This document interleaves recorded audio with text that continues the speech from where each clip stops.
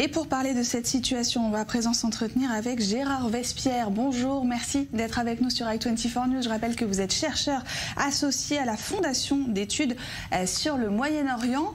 Tout d'abord, on a l'impression que la Turquie et la Russie sont finalement au bord d'une confrontation militaire en Syrie. Qu'est-ce qui peut, selon vous, arrêter l'escalade ? Alors, premièrement, ce n'est pas la première fois qu'il y a une forte tension entre Russie et Turquie. Souvenons-nous, en novembre 2015, donc, n'est-ce pas, l'aviation turque a abattu un Sukhoi 24 russe. Parce que, justement, et déjà, la Russie avait bombardé des positions de rebelles soutenues par Ankara au nord d'Idlib. Et la Turquie, à l'époque, avait déjà demandé une exclusion de frappe. Donc la Russie n'ayant pas respecté sa parole ou cet engagement, eh bien le Sukhoi a été abattu. Donc il y a déjà eu des tensions fortes entre Moscou et Ankara, ne l'oublions pas. Et cette fois-ci, il semble que ce soit les Syriens qui soient plus impliqués qu'ils ne l'étaient il y a quelques années. Mais alors qu'est-ce qui est nouveau ici dans ce nouveau round de confrontation ?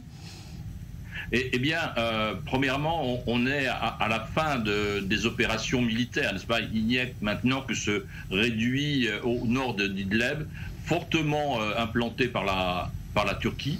Deuxièmement, il y a quand même un mouvement international au niveau de l'ONU, aujourd'hui au niveau de l'OTAN, pour accompagner la démarche turque, n'est-ce pas? À savoir un cessez-le-feu dans cette région, la constitution de corridors humanitaires auxquels la Russie s'oppose.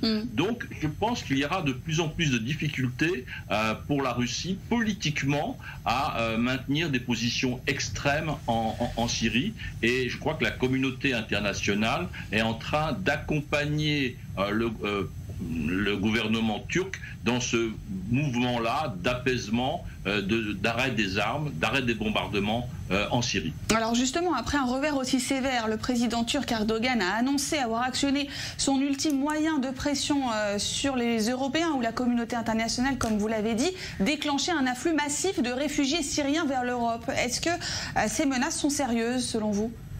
Non, je pense que ça fait partie de la rhétorique du président de Turquie, mais ce qui est vraiment à prendre en considération, c'est pour la première fois une réunion OTAN aujourd'hui, convoquée le matin pour une réunion l'après-midi, donc c'est un signe d'urgence, d'accompagnement de la problématique turque en Syrie, peut-être pour demander in fine une zone d'exclusion aérienne au-dessus de la partie nord de la Syrie. Même si la Russie s'y oppose, elle s'est déjà opposée au corridor humanitaire, mais à partir d'un certain moment, la Russie sera vraiment en difficulté politique. Un nouveau développement à venir donc certainement aujourd'hui, on l'aura compris. Merci beaucoup Gérard Vespierre pour toutes ces précisions.